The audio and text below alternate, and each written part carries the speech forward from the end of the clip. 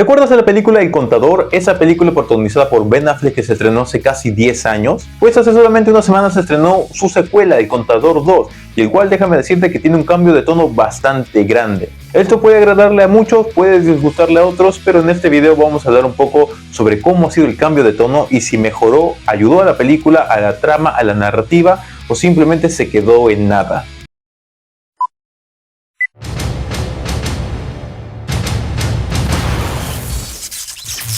Hola, ¿qué tal? ¿Cómo están? Yo estoy bastante pensativo puesto que el día de hoy vamos a analizar El Contador 1 y su secuela y ver cómo ha sido el cambio de tono y cómo afectó esto hacia esta saga. Tienen que saber que El Contador 1, que se estrenó en el año 2016, tuvo un éxito bastante moderado, fue bien interesante, bien recibida de cierta forma, y que casi 10 años después ha llegado su secuela, con un tono un poco diferente. ¿Funcionó? Es lo que vamos a averiguar el día de hoy. Primero, para que sepas, como te dije, la película del Contador se estrenó en el año de 2016 y tuvo un presupuesto de $44 millones, recaudando 155 millones, teniendo un tono de un thriller de acción un poco serio, oscuro y con elementos dramáticos y al mismo tiempo psicológicos debido a la magnitud del caso, de la historia y del mismo personaje que es el Contador, o sea, Christian Wolff. 155 millones realmente es un éxito bastante moderado, tuvo más del doble de su presupuesto, así que está bastante bien. Por eso se extrañó muchísimo de por qué la secuela llegó 10 años después. Bueno, 9 años, pero casi 10.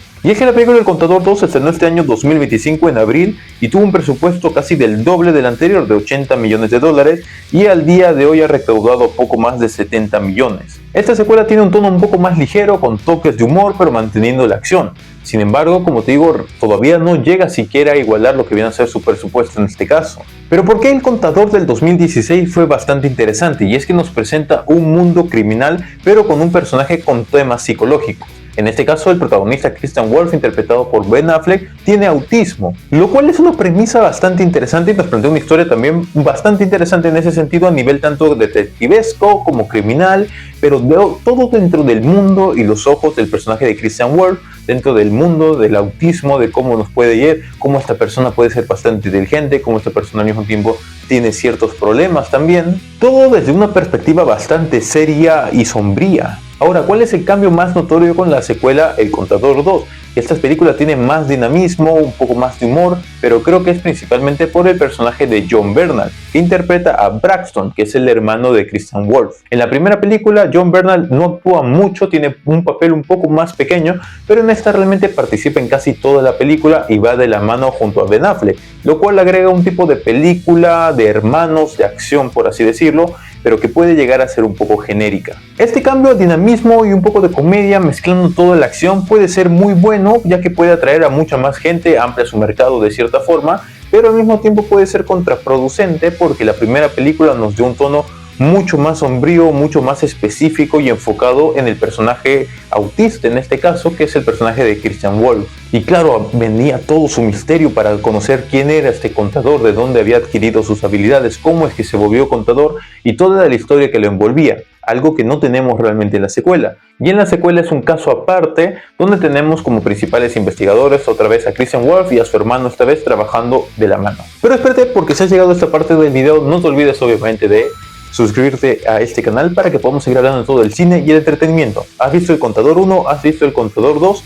¿Notas el cambio de tono entre ellos y crees que funcionó? ¿Sí o no? Házmelo saber en los comentarios. Ahora, en mi opinión, ¿funcionó este cambio de tono? Pues la verdad, El Contador 2, aunque está recaudando todavía dinero, se puede decir, en los cines del mundo, realmente no ha alcanzado ese éxito moderado que tuvo la primera película. Y a nivel de crítica, muchos comparan y extrañan también ese ámbito psicológico que nos presentaba la primera película. Sin embargo, algo que también se resalta en beneficio de la secuela es justamente el dinamismo y la interacción que tienen Ben Affleck y Jon Bernthal con sus personajes.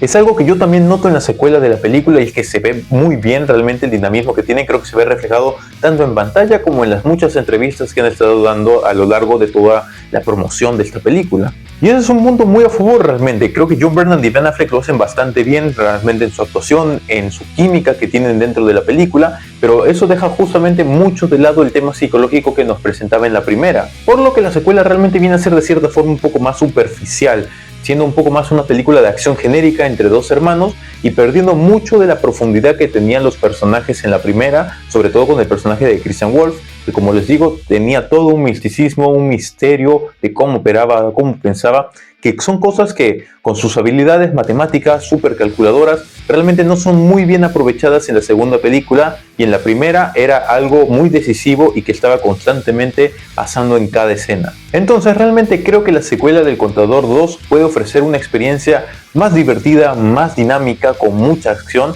pero que pierde mucha profundidad al momento de contarte la historia. Es una experiencia más comercial pero menos intensa a comparación de la primera película, donde todo era mucho más pausado, tranquilo, las escenas de acción eran más contadas, tenían sus propios tiempos para contarte un poco del misterio del caso, como al mismo tiempo de la personalidad y cómo funciona posiblemente la mente de Christian Wolff. En este caso, con la secuela, con los hermanos, con este dinamismo, van mucho más hacia la acción y hacer una película un poco más superficial, que realmente parece que se ha hecho extrañar mucho el ámbito psicológico de la primera. Entonces, ¿prefieres las películas que sean un poco más ligeras como esta secuela, o las que tienen un tono más serio y sombrío como fue la primera película? Honestamente, ambas me gustaron, creo que ambas tienen de cierta forma su propia personalidad. La primera viene a ser mucho más oscura, mucho más pensativa, mucho más pausada, que incluso te puede llegar a aburrir y lo puedo llegar a entender, pero la secuela, al no aburrirte para nada, creo que pierde mucha de esa profundidad.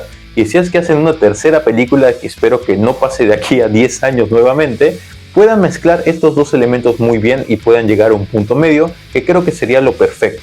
Pero bueno, esto ha sido todo por el video del día de hoy. Muchas gracias a ti por estar aquí. No te olvides de dejarme un super like, suscribirte como ya dije, comentarme también. Yo soy Carlos y nos estamos viendo en el próximo video.